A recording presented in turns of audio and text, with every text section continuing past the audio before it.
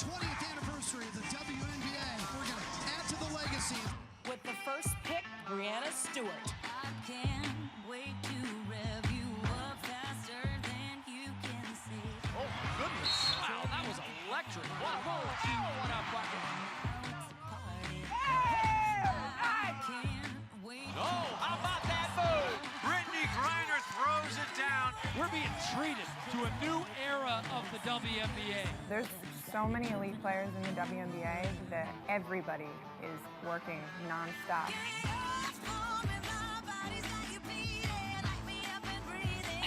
The United States women's Olympic basketball team showing perfection, winning gold.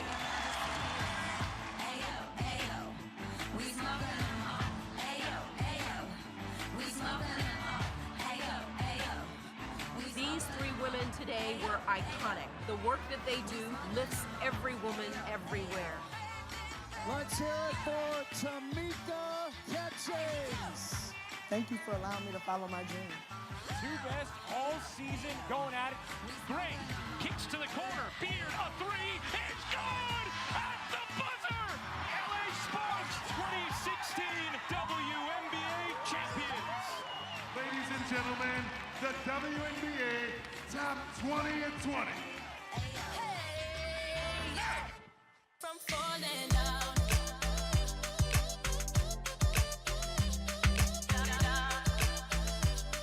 Need some orders. Come on down. Thank you. Have you sit right there. Thank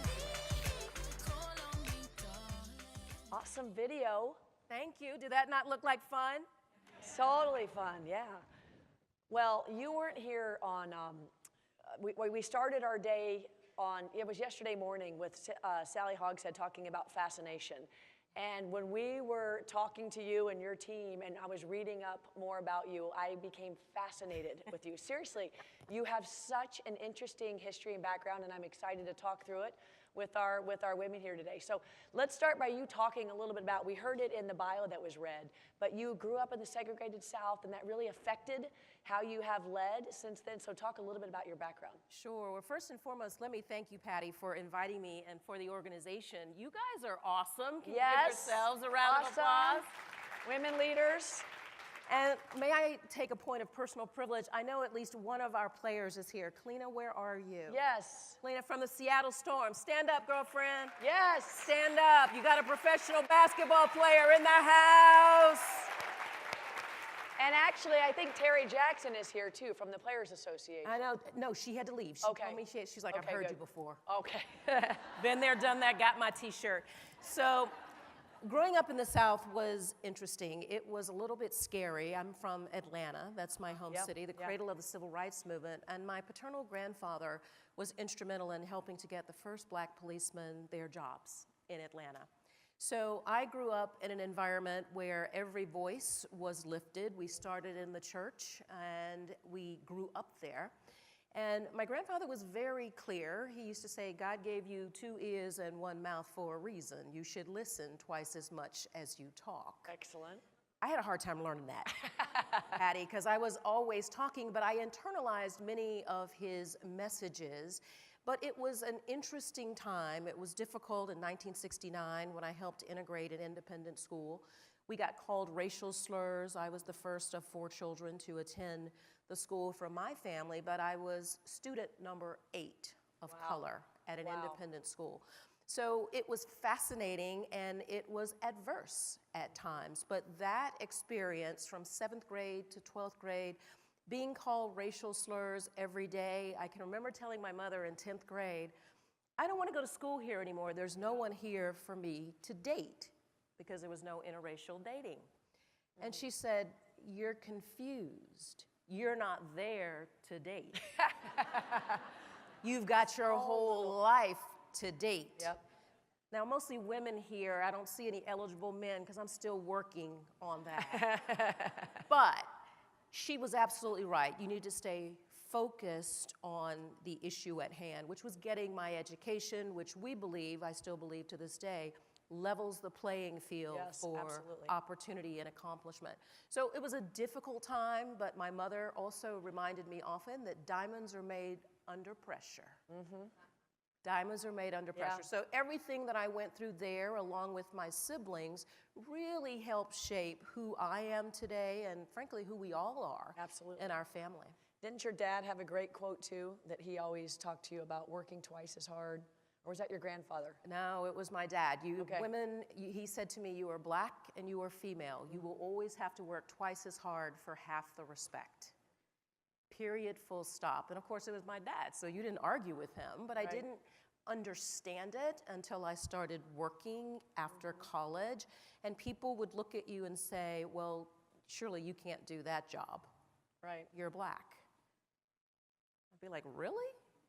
Yeah, I know I'm black, but trust me, I can do this. Right. Right? So demonstrating proficiency on a regular basis and delivering results is what I recognized would actually take the day. That you could not talk about activity, you had to deliver results. They're irrefutable. So to the extent that you perform, people have to appreciate and embrace that. They don't have to like it, but they have to accept it. Right.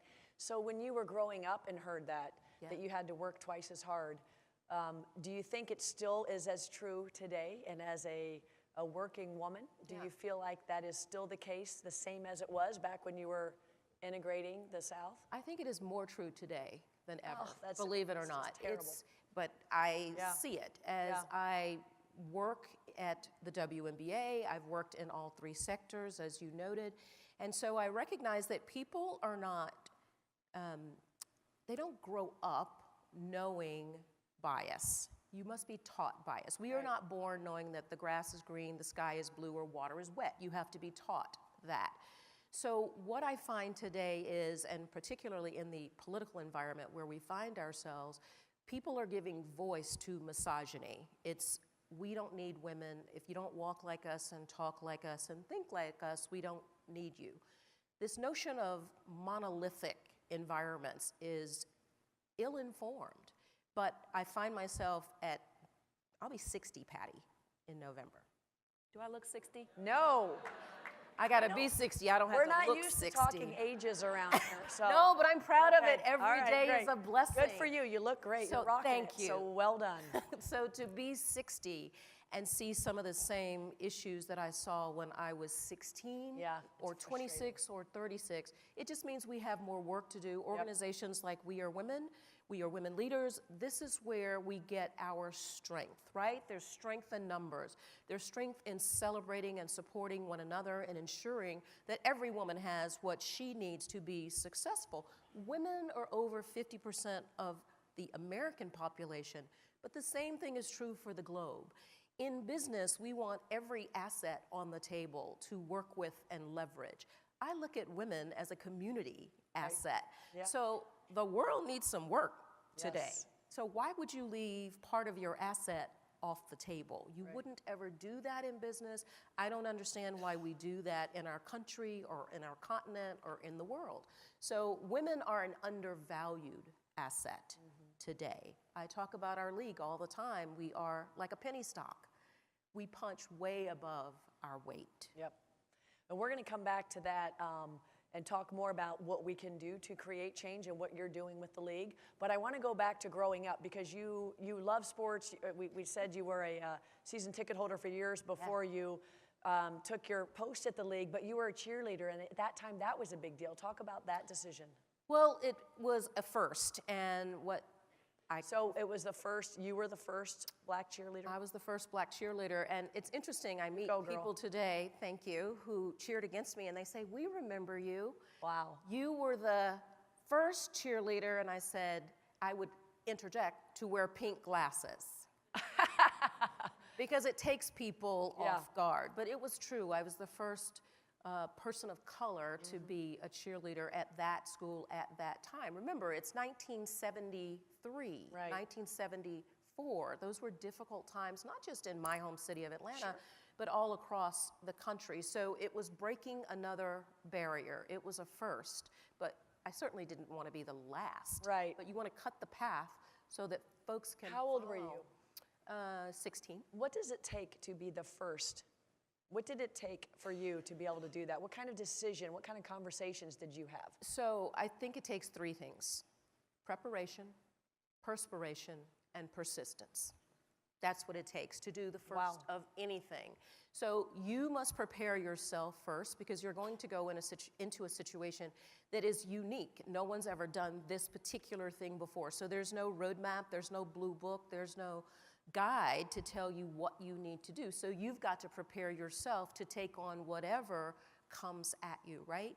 So perspiration is being able to do this over and over and over again so that it becomes muscle memory, whatever it is. In the case of being a cheerleader, it was doing a split or doing a flip. But the same thing could be true of playing basketball or playing hockey or leading an organization. You must create the muscle memory. And the persistence comes out of recognizing that there are going to be opportunities with whatever you're doing, but there will also be obstacles. And you must navigate those obstacles so that you too accomplish whatever mission you're trying to accomplish. So it laid a template for what would be my life's work in the future. I love that. Preparation, perspiration, Persistence. We got to remember that. That's another hashtag for us. You also, I loved your story about, we have a lot of Atlanta folks in the room, and our convention's in Atlanta next year, so we're going to have to try to pull you back in for that. But you ran for mayor in Atlanta. You had a lot of support. A lot of people loved your platform, but you didn't win. And you talked about that. We talk about resilience is one of our brand words. That, you know, it doesn't mean you shouldn't go for stuff, but you don't always get there. Talk about what that felt like and how you continued on from that. So that was the most difficult thing I have ever done, because it was very, very public. And this thing called the internet. It's like ubiquitous, right? It's everywhere. So people from across the globe, friends that I went to college with or grad school, were texting me and calling me when I lost. I will tell you that that experience was very painful. It was only a little bit less painful than integrating the school, because at 12 years old, you don't know how to deal with adversity. So as an adult, I knew better how to deal with it. Doesn't make it less painful. I can remember, Patty, taking to my bed after I lost, and I didn't get up for 3 days. I didn't brush my teeth. I didn't take a shower. I didn't wash my hair. But on the third day, I realized it really wasn't about me. It was really about the people of the city. And they decided who they wanted their leader to be. And it's the gentleman who is mayor now, the Honorable Kasim Reed. But what I learned from that situation was a lesson that my mother often taught us growing up, but it really didn't have the impact until I lost the mayor's race. Failure's not fatal, it's feedback. It didn't kill me. It did, in fact, make me stronger. I recognized that I wasn't supposed to be the mayor, but I didn't really understand why. Fast forward 3 years later, I'm actually working at the city hospital, the level 1 trauma center, Grady Health System. And I had an opportunity to speak with the chairman of the Coca-Cola Company. Coca-Cola is headquartered in Atlanta. What he didn't know is that I had a lifelong dream to work at the Coca-Cola Company. Now, why is that? In 1929, my maternal grandfather became a chauffeur at the Coca-Cola Company. And he worked there from 1929 to 1959. 30 years as a chauffeur for the president of the Coca-Cola Company.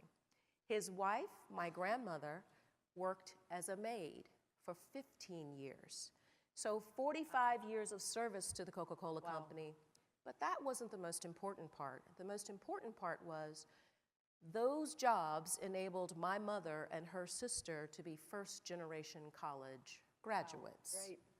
So I had the privilege ultimately to work at the Coca-Cola Company as a senior officer for 3 years, and I recognized that we moved from the chauffeur seat to the executive suite in 2 generations. That's impressive, yeah.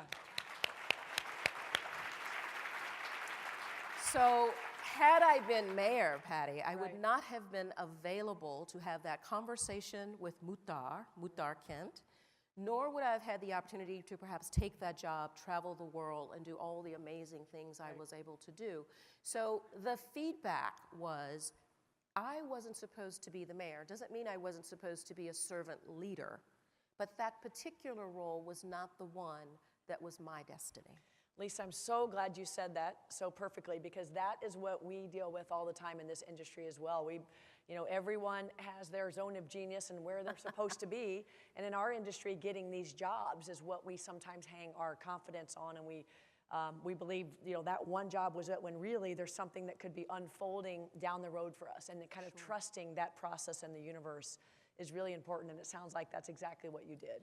I did, but I can't tell you I did it knowingly, Patty, to be honest with you. We are all typically clinging on to something we believe to be our success or our natural path, which isn't necessarily so. I can remember my son telling me, Mom, you were clinging on so tight to being the mayor, you almost missed your blessing because your hand wasn't open. That's good. Your hand was closed. You were clinging to something that wasn't necessarily best for you. Yeah. They say a little child shall lead them, and there you have it. There you have it. Well said. So then you met Adam Silver, the NBA commissioner, at the WNBA event. Was that even on your radar? So that was kind of an accidental. So interesting, you've had these two big jobs that were kind of accidental hires, or not hires, accidental conversations. Yeah, so I met Adam actually at my alma mater. We both are graduates of Duke. Oh, that's right, yeah. And we both have the privilege of serving on the board of trustees. We got Dukies in the house. I know. Oh, yeah. Zach's one over here, and Sally's one over there. We met at a dinner at the president's home at Christmas, the Christmas of 2015. And he was giving me a hard time about the Coca-Cola company. I was at Coca-Cola, minding my business, running the Global Foundation, giving away $150 million a year. I was like, somebody say amen. That's pretty cool. Right. And he was telling me that Coke had just lost the contract with the NBA, and he's just giving me the business. And I love the Coca-Cola company, so I'm like, I don't care what you say, Coca-Cola is the real thing. But we had a great conversation, and I thought, after a minute, I said, enough. Like, stop talking about Coca-Cola. I understand it's a Pepsi pour now at the league. What are you doing for the WNBA?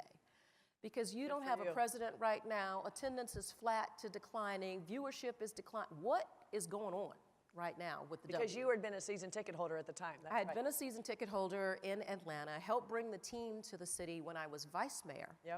Earlier, 8 years earlier. And he said, well, if you think you know so much, why don't you come and help?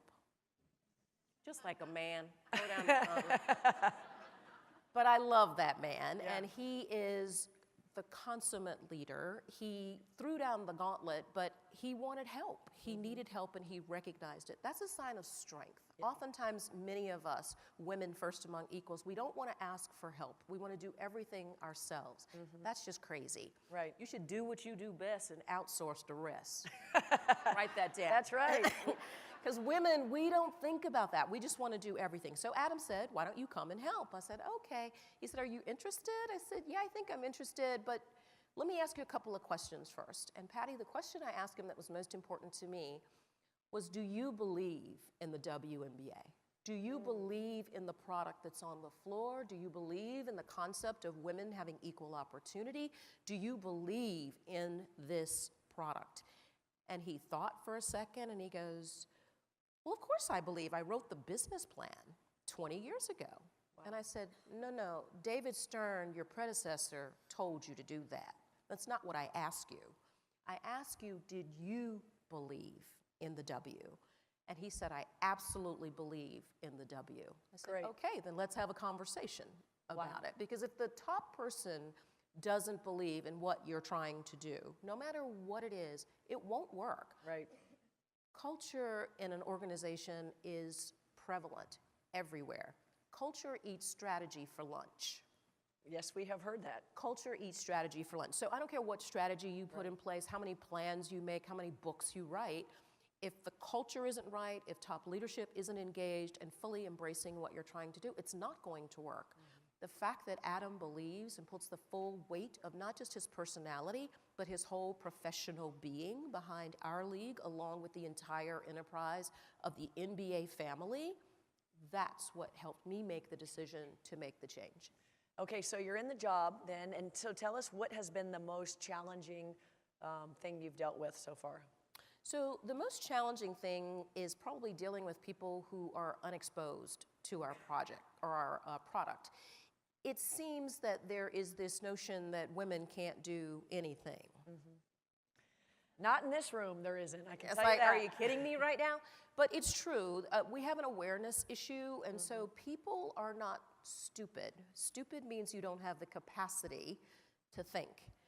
People are typically ignorant, meaning they have not been exposed to what you're trying to tell them. So we find that the #1 conversion factor for folks to be engaged with the WNBA, empowered by the WNBA, enlightened by the WNBA. Amen, keep going. Is to be exposed to the WNBA. Right. So the hardest thing, people think, oh, well, we had protests, we have this, we have that. That's normal business in my book. But introducing the product and the amazing athletes that we have, Kalina has 143 amazing sisters. 144 of the most elite athletes, most socially conscious you will ever meet. And so getting people to have line of sight on who they are and what they do. They play basketball because they are gifted.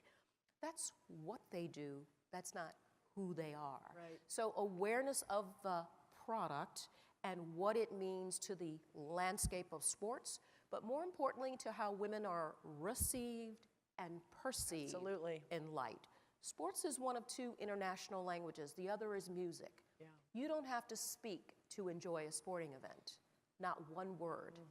People never remember what you say. They always remember how you make them feel. That's right. Now let's talk about the protests. So the Sure. WNBA players, and leave it to the women to be the first ones to use their platform. That's right. To make a statement. And I know, we were on the job not very long when that happened. How long had you been on the job? It 3 was, months. Yeah, I 3 think months. 2-3 months, yeah. Which is not long to deal with something like that. But good for the players wanting to use their platform and their voice. Can you talk about that process and how you dealt with it as a leader? I know many of the women on our campuses deal with that with their student athletes as well. And these students and athletes want to give voice and want to use their platform to talk about what's happening. So let me start by saying every revolution in the history of the world has been started by young people. Yep. Every single one. Anywhere in the world, from the Arab Spring to the Civil Rights Movement in the States, you name it, it's been started by young people. The same is actually true with all the protests that are going on now. Our women were protesting social injustice and racial inequality and economic dependence in July of 2016, long before our friend Colin Kaepernick took a knee. Yep. And I would say that our players were very clear on what they were doing. Folks ask us because we find them initially, and someone said, "Did you do that?" And I said, it's almost automatic. When a player wears the wrong socks or the wrong shirt or the wrong wristband, it's almost automatic. But what we realized after 2 weeks of publicity and talking with the players, more importantly, was that reaction or that automatic event was really a 20th century answer to a 21st century problem. And so it took us stopping, taking a step back, and taking a breath. And many times folks think about taking a step back is taking a step down. It's not. It's reassessing, reevaluating, and then re-engaging. So it's very much like a timeout during a game. When you reset, you look at what's going on. It's great. You think about it strategically, and then you go back out on the floor. We do that in basketball. We do it in every sport. We have referees. They call timeout. You say you want to have your time. You go to your bench, and you reassess, you reevaluate. You've read the defense. Let's go now and attack. That's exactly what we did. So oftentimes I've had interviewers say to me, "Well, you made a mistake." I'm like, no. We are living life. Things happen and you deal with them as they come to you. When you think about resilience, it's really about withstanding. It's about recovering after difficult circumstances. Our league recovered together. Players, league, Players Association, all together. Yeah. That means we're stronger after the crisis than we were before the crisis. So I don't have any problem with things coming at us and us dealing with them. Some will get right, some not so much. The question is, can you recover?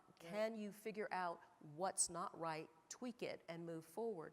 Our teams do that every day. Our players must reassess what's happening during a game during the game. Right. You can have a game plan, but that goes out the window when the defense doesn't cooperate. You must adjust, re-engage, and get it done.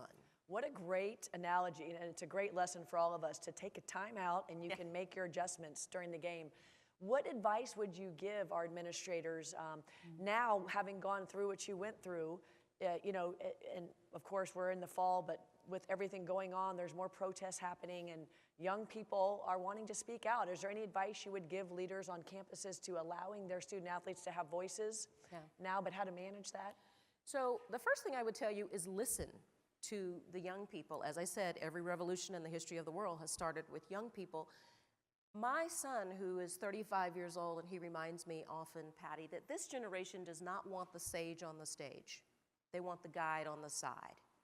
And there's a recognition that there is value in every voice, and that these young people have something to say. While they are chronologically older than us, or younger than us rather, they have less bias than we do. So they are more willing to engage on issues that perhaps scare us. We feel like we have more to lose. We might lose our job if we speak up. They're not worried about a job. In fact, the Bank of Mom is always open, right? That's right. All seriousness, these young people are very bright, particularly when I look at our players in the WNBA. All of them are required to have 4 years post-high school. You are not eligible to play in the WNBA, to be drafted, unless you have 4 years post-high school or the equivalent from an international market. So these folks are intelligent. We've taught them to think. Yeah. Mark Emmert talked about developing our students when they're in college so that we can have them go through commencement and begin their life. We get them then in the professional ranks in the WNBA, for example, and then we must listen. You can't teach them and then tell them, oh, we don't want to hear what you have to say.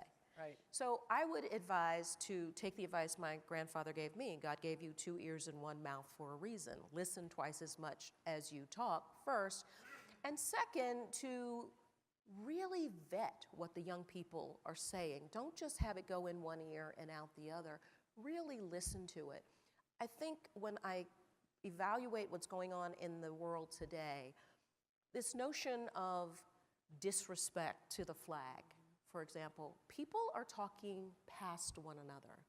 Taking the knee, as I understand it, has nothing to do with disrespecting the flag. In fact, a Navy SEAL was the one who told Colin Kaepernick, if you want to be respectful and make a point, what we do as SEALs is take a knee. That's how it started. Wow. Right? It's about social injustice, economic parity. None of those things are being talked about because the illusion of the flag is what's in front of everyone. Right. It's an illusion. The real issue is over here. So vetting issues and really understanding what young people are saying, and then act in concert with them is what I would tell you. They're trying to be constructive. Help them be constructive. They're asking for your help when they make the statements that they're making. Yeah, that's great, great, great advice. Were there any other interesting conversations that you had during that time with the players? You said it made you stronger, which certainly is understandable. Was there anything that that came out of the blue that you weren't aware of at that time? I don't know that it came out of the blue, but what I will say is each one of our players is an individual person. We tend, I think, as human beings, to lump people in boxes. Yep. Because it makes it easier for us to understand. If you can say, everybody over here thinks this, and everybody over here thinks that. Our players are not monolithic either. And so they're individual people with individual passions, individual concerns. There is a collective sense of who they are, but they are individual people that you need to learn to love individually. Yeah. So I accept them where they are, and I don't ever ask them to step into my reality. I step into theirs. Good for you. We are running a professional sports team and league. These young players are the most important constituency group. Without the players, you don't have teams. Without teams, you don't have a league. Without a league, you don't have fans. Without fans, you don't need an arena. You following me? Yeah. So the players are the most important constituency group. So it taught me to be mindful that these are individual people and you need to meet them where they are. I want to pivot and ask a more general question that you've kind of just answered, but we have so much respect for you as a leader and the different positions you've held, and we are a leadership association. What do you think are a couple of the most important characteristics for great leadership?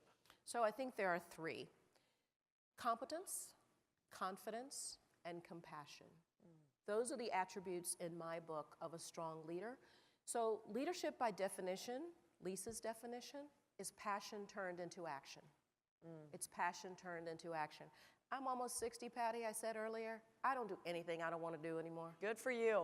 You know, it's I'm glad you wanted to do this. Oh, I Good wanted work. to do this. I could not wait to do this. It takes a lot of time to develop confidence, particularly for women.